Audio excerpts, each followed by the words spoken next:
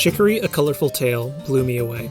I bought this game and played it last December, with little knowledge and expectations for what it was. What I got was one of my favorite games in recent memory. Chicory is not only a game that is creative and refreshing, it's a game that makes you want to be creative and expressive through sharp and purposeful design. I think that it should be regarded with the other acclaimed indie titles of this generation, but I've seen way less discussion on it. So I'm here today to talk about it and tell you why you should play Chicory, A Colorful Tale. Developed by Greg Lobanov, Chicory is a 2D adventure game. You explore a top-down world, and you solve small puzzles while wandering about. Your progress to different regions will sometimes be gated by power-ups. As you acquire more abilities, the world opens up. You're able to expand the map outward and even explore outside the map in some locations. If you're given every ability at the start of the game, there'd be no arbitrary barriers preventing you from exploring wherever you wanted to go. The core mechanic is a brush that lets you create and erase color in the environment. Every screen is a blank canvas for you to paint. While using the brush, you can switch between 3 different line sizes, zoom in and out, and swap colors. The first thing that you might notice about the brush is your color options are limited. Each map in the region will only give you 4 colors to choose from. I think the 4-color limit is a perfect balance at the start. It gives you flexibility in how you want to design without overwhelming you with options. The game encourages you to explore how you paint, but it wants making that choice to be as stress-free as possible. Later on, you can unlock the ability to use more colors, but only if you're thorough in exploring the map. Speaking of exploration, there's many secrets to find in this world. You can find clothing, lost kittens, and even trash. I'm the trash man! But the one thing you won't find on the map is enemies. No monster lives in the overworld, and the only combat in the game happens in chapter boss fights that make up less than an hour of your total playtime. They're pretty easy too. I think this is also a great choice because Chicory doesn't need generic enemies. Fighting isn't the verb that you do to the game. Coloring is.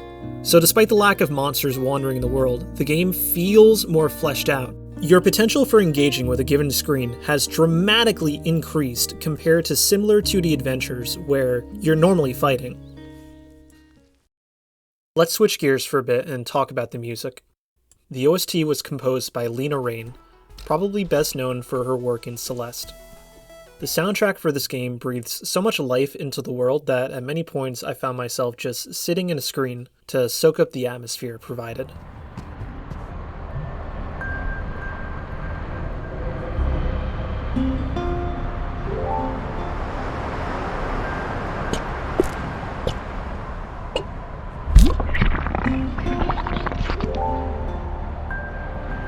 I love the scope and variety of the OST.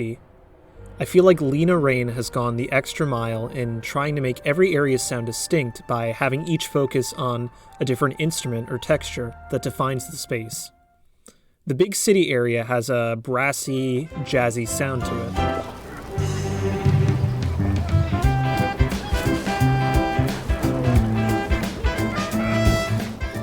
Mountainous areas will have a sort of marching drum beat to trek along to.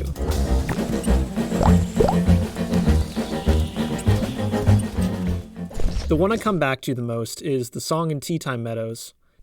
I can't place what the instrument is. It sounds like a cross between a guitar and a harp, but it sounds like what I imagine a warm day you're looking back on sounds like.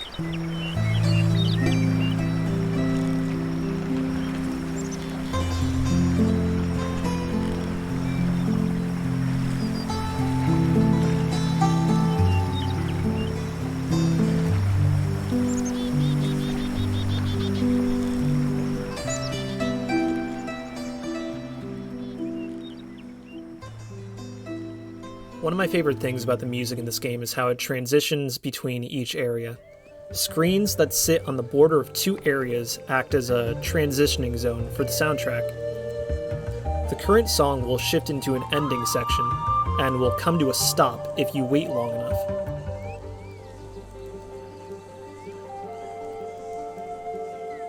It gives you time to adjust to the atmosphere of the next area, both visually and audibly. It's super cool, and it makes me wish more games did this.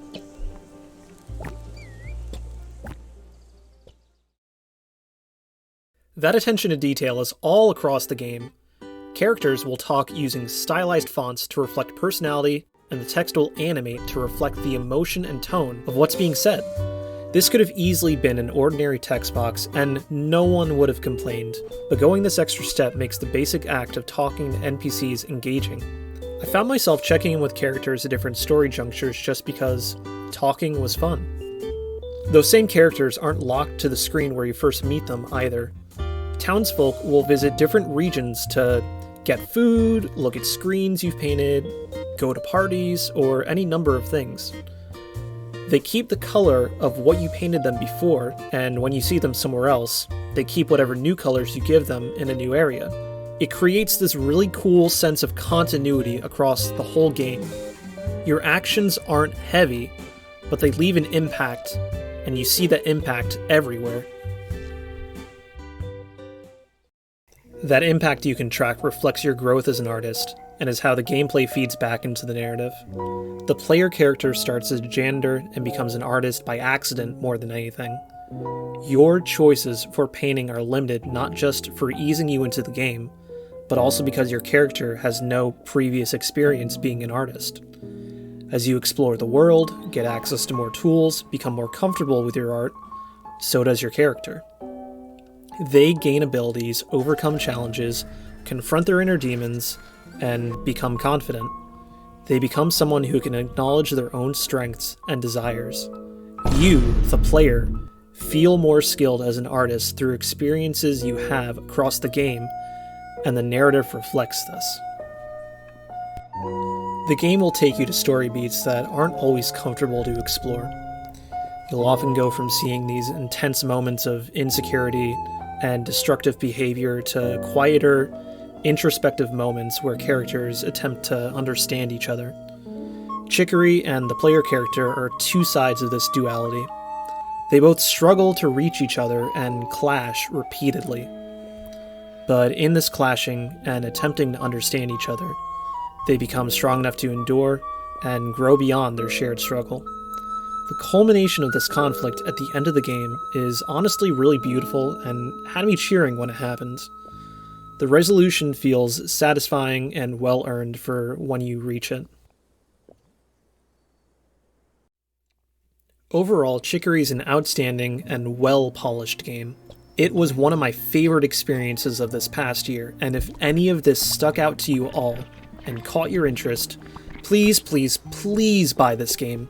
You can get it on PC, Switch, and PlayStation, and it's only $20. I played it first on Switch, then on PC while getting footage to record this video with, and it plays well on both. There's so much to be gained from going on this journey yourself, and it's absolutely worth your time. Thanks for watching.